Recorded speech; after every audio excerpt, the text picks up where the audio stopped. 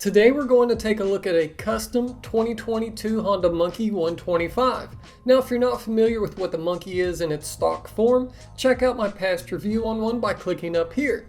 This bike was built by Wayne Strickland at the speed shop down in Villa Rica, Georgia, and is fixing to ship out to its new owner in California, but I was lucky enough to get some one-on-one time with it before it heads out west. And if you're unfamiliar with the speed shop or what they do, I'll have links down below so you can check them out, and trust me, you want to see some of the bikes he's built. We'll start off first with the styling side of things and then move over to suspension and engine goodies. One of the first things to draw your attention is the color. It was painted Deadwood Green, which is a Harley color by Curt at National Superbike in Douglasville, Georgia, and it is absolutely beautiful. It's one of those colors you have to see in person to appreciate though, as it changes so much depending on how the light hits it, and to help make the overall theme pop even more with this darker color scheme, the stock chrome fenders were powder coated black too. Then up front you have a yellow tinted headlight with a cage that really ties the overall styling of the bike together in my opinion, and when it comes to the rest of the lighting on this bike, you've got the Euro spec turn signals and brake light, which are icing on the cake and add a more premium feel to the build when compared to what comes on our US spec Monkeys. Then we have a set of Protaper bars with risers that feel so much better than the stock bars, and on both ends you've also got the best in the business ASV clutch and brake levers with a CRG bar and mirror thrown in the mix too, to replace the stock lollipop mirrors that stick out like a sore thumb. Followed up by these built well grips that really tie into the custom G-Craft seat and make the bike pop even more. Up next is the suspension, and you've got a full Ohlins setup front and rear with the dual rear shocks having their springs painted so they tie in with the overall styling of the bike instead of being yellow like usual.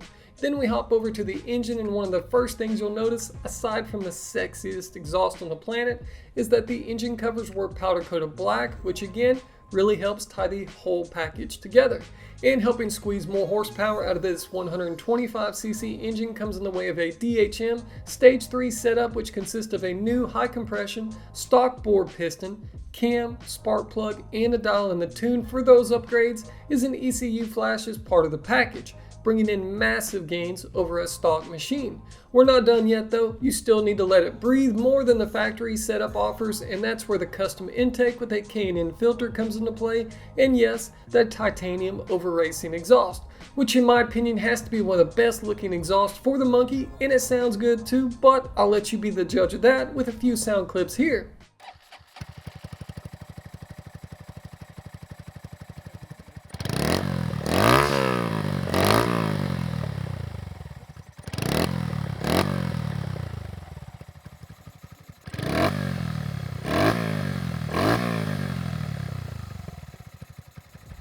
And that's all of the modifications done to this Honda Monkey 125. What do you guys think about it? Is there anything you would have done differently? Let me know what you're thinking down in the comments section, and I'll be joining in on the conversation too. I want to take another quick second and say thanks again to Wayne, his family, and friends for letting me come down and film some of his bikes and customer bikes too. This bike is only a small taste of what's to come in the future, so hit that subscribe button and ring the bell so you know when I upload next. Thanks again for watching and supporting all of this. I really appreciate it, guys, and we'll see you in the next one.